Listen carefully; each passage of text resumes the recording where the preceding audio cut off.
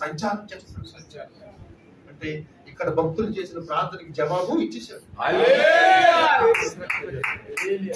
అభివృద్ధులు పిలుపులు వస్తాయంటే దేవుడు సంచారం చేస్తున్నాడు. అప్పటికప్పుడు మనం ఏం చేయాలంటే మోకాడుకుని ప్రార్థన చేయాలి. క్షమించు ప్రభావాన్ని ప్రార్థన చేయాలి.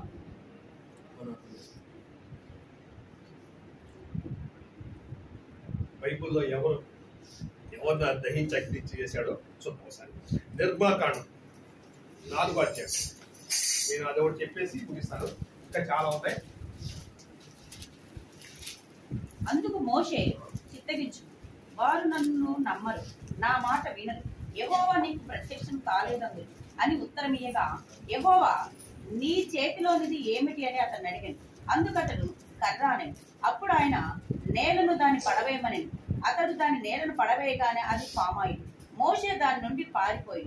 అప్పుడు యెహోవా నీ చెయ్యి చాపి దాన్ని తోక పట్టుకొనమనగా, అతడు తన చెయ్యి చాపి దాన్ని పట్టుకొనగానే అది అతని చేతిలో కర్ర అయింది. తరువాత మోషే అహరోనులు వచ్చి ఫరోను చూసి, ఇశ్రాయేలు దేవుడైన యెహోవా అరణ్యములో నాకు ఉత్సవము చేయుటకు నా జనమును పోనిమ్మని ఆజ్ఞాపించున్నాడండి. ఫరో, నేను అతని మాట విని ఇశ్రాయేలును పోనిచుటకు యెహోవా ఎవడు? నేను యెహోవాను ఎరగను, ఇశ్రాయేలును పోనీనని. అప్పుడు వారు, ఎబ్రీయుల దేవుడు మమ్మల్ని ఎదుర్కొనెను, సెలవైన ఎడల మేము అరణ్యంలోనికి 3 దినముల ప్రయాణమంత దూరము పోయి మా దేవుడైన యెహోవాకు బలి అర్పించుదుము. లేని ఎడల ఆయన మీ మీద తెగులుతోనైనను ఖడ్గంతోనైనను పడవేయనేమో అనిది. అందుకు ఐగుప్త రాజు మోసే అహరోను, ఈ జనులు తమ పనులను చేయకుండా మీరేలా ఆపుచున్నారు? దేవుడు మోషే నాయకత్వం ఇశ్రాయేలు ప్రజలందరినీ ఏం చేస్తున్నాడు? ఐగుప్తు దేశం నుంచి పాలు తేనె ప్రవహించే దేశానికి తీసుకెళ్తాడు. ఆ ఉద్దేశంతో ఇశ్రాయేలు ప్రజలు మనలన్నీ విధి చేశాడంటే దేవుడు దిగి వచ్చి మోషే నాయకత్వంలో వీళ్ళందరినీ తీసుకెళ్ళాలని ఆశిస్తాడు. మోషేతో దేవుడు మాట్లాడి బలపరిచి అనేకమైన అద్భుతాలు ఆయన చేతిలో ఉన్న కర్రని కింద పాడి, అప్పుడు పాము వద్ది దాన్ని మళ్ళీ పట్టుకోబడి మళ్ళీ కథ అవుతుంది, అనేకమైన చూచుకుని చెప్పి ఏం చేశాడంటే, నువ్వు బయలుదేరు, నువ్వు ఎవరి దగ్గరికి వెళ్ళు? ఫరో దగ్గర. ఎవరి దగ్గరికి వెళ్ళు? నేను చూడు. అది 5వ అధ్యాయం. తర్వాత మోషే అహరోను వచ్చి ఫరోను చూసి, ఇశ్రాయేలు దేవుడైన యెహోవా అరణ్యములో నాకు ఉత్సవం చేయటకు నా జనులు పోనిమని ఆజ్ఞాపించుచున్నాడని అని. ఫరో, నేను అతని మాటలు విని ఇశ్రాయేలు పోనించుటకు యెహోవా ఎవడు? నేను యెహోవానను, ఇశ్రాయేలు పోనీయును. అప్పుడు వారు, ఎబ్రీయుల దేవుడు మమ్మల్ని ఎదుర్కొన్నటకు సెలవుల మేము అరణ్యములోకి 3 దినములు ప్రయాణం అంత దూరం పోయి మా దేవుడని యెహోవాకు బలి అర్పించుదుము. లేని ఎడల ఆయన మా మీద తెగులుతోనూ ఖడ్గముతోనూ పడునేమో అని. అందుకు ఐగుప్తు రాజు మోషే అహరోను, ఈ జనులు తమ పనులు చేయకుండా మీరెలా ఆపుతున్నారు? మీ బరువులు మోయటకు కొండారు. మరియు ఫరో, ఇదిగో ఈ జనం ఇప్పుడు విస్మరిస్తున్నారు, వారు తమ బరువులను విడిచి తీరిగ్గా మీరు చేస్తున్నది వారితో. ఇప్పుడు ఏమైందంటే ఈ ఇద్దరు వెళ్ళారండి. మరో ఏమంటాడంటే, ఇశ్రాయేలు దేవుని ఎక్కువ అరణ్యములు ఉత్సవం చేయటకు నా జనులు పోనిమని ఆజ్ఞాపించాను. ఫరో, నేను అతని మాటలు విని ఇశ్రాయేలు పొందుటకు యెహోవా ఎవడు? ఎవడు?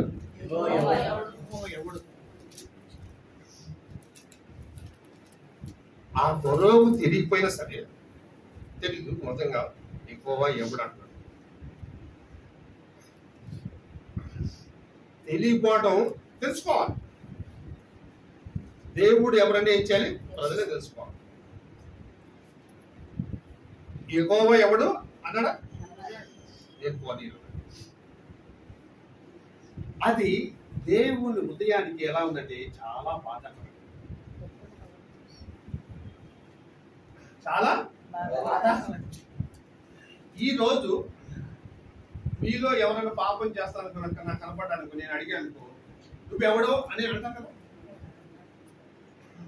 నన్ను అడగటానికి ఎవడు అన్నారు, లోపలికి కనేస్తాం. కానీ ఆ దేవుడు ఎవడు అనడానికి అర్హత ఏ మనిషికి లేదు. అది పాపం.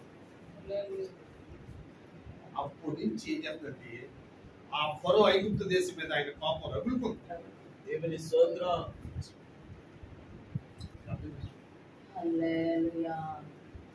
అందుకనే అపోస్తలుడైన పౌలు చెప్పిలాతో జీవము గల దేవుడి చేతుల వల్ల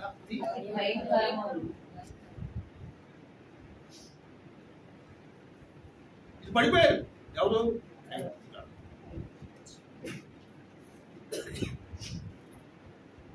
అర్థం చేసుకోండి. ఎలా పడితే అన్నారా తిరగడానికి మన కుదురుతాం కుదురుతా. దేవుని స్తోత్రం. భార్యని భర్త కొడతాం, భర్తను భార్యను తిడతాం, అది పడిపోతాం. ఆమె దేవుని పోలిక, మనము దేవుడు. ఆయన పోలికలో మనం చేస్తున్నాడు కదా. దేవుని స్తోత్రం. మనం అర్థం చేసుకున్నాం. ఇప్పుడు చాలా పది తెగులు పంపించాడు. లాస్ట్ కి ఆయన మరో ఉదయాన్ని కంటిపరిచాడు. లాస్ట్ లో ఏం చేశాడంటే ఐగుప్తులో ప్రతి కొడుచుల పిల్లలు వేసాడు. దేవుని స్తోత్రం. జీవము గల దేవుడి చేతిలో ఏమైపోయాడు? పడిపోయారు. ఐగుప్తులంతా పడిపోయారు. ఏమైందంటే పశువుల్లో, ఐగుప్తు రాజు ఇంట్లో, మంత్రి ఇంట్లో, ప్రతి కుటుంబంలో కూడా రాజు ఇంట్లో చచ్చిపోయాడు కదా అని చెప్పి వెళ్ళి వార్తాడానికి చెప్పుకోవడానికి వెళ్ళి వద్దాం అనుకుంటే వీళ్ళింట్లో కూడా ఏమైపోయారు. ఎవరు వెళ్ళి రాజుగారిని ఓదార్స్తారు?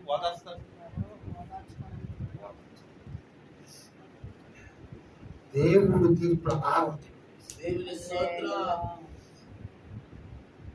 ఆయన చేసే కార్యములు కంటికి మనిషి హృదయానికి అగోచరం.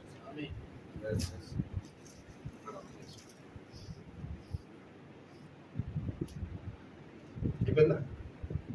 పోనీది కదా, 10 తెగులు వచ్చినాయి, అంతా చచ్చిపోయారు. తర్వాత ఏం చేస్తాడంటే 14 వచ్చారు, 15 కాడి చదివిపెట్టాడు. నిర్భాకాండము. అంతలో యెహోవా మోషేతో నీ వేలు నాకు మొరపెట్టుచున్నావు, సాగిపోవుడి అని ఇశ్రాయేలీయులతో చెప్పు.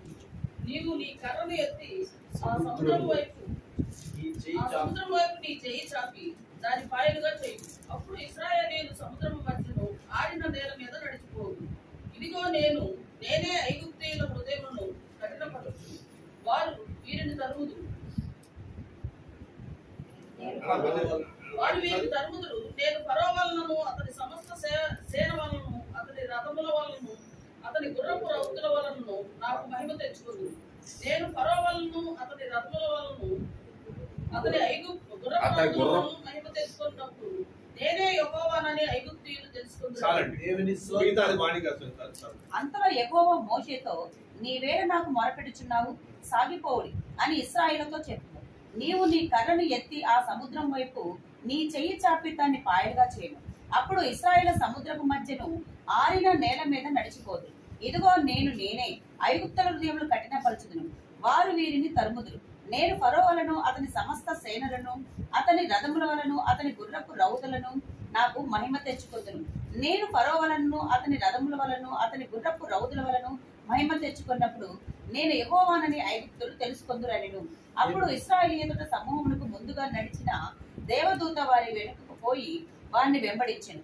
ఆ మేఘ స్తంభము వారి ఎదుట నుండి పోయి వారి వెనుక నిలిచెను. అది ఐగుప్తుల సేనకు ఇశ్రాయేలు సేనకు నడుమ ప్రవేశించెను.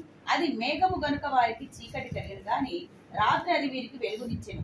గనుక ఆ రాత్రి అంతయు ఐగుప్తుల సేన ఇశ్రాయేలును సమీపింపలేదు.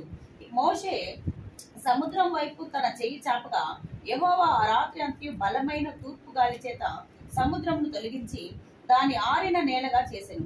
నీళ్లు విభజింపబడగా ఇశ్రాయేలు సముద్రము మధ్యను ఆరిన నేల మీద నడిచిపోయి ఆ నీళ్లు వారికి కుడి ఎడమ ప్రక్కల వారికి గోడవలై నుండెను. ఐగుప్తులను ఫరో గుర్రములను రథములను రౌతులను వారిని తరిమి సముద్రము మధ్యన చేరిరి. అయితే వేకువ జామున యెహోవా ఆ అగ్ని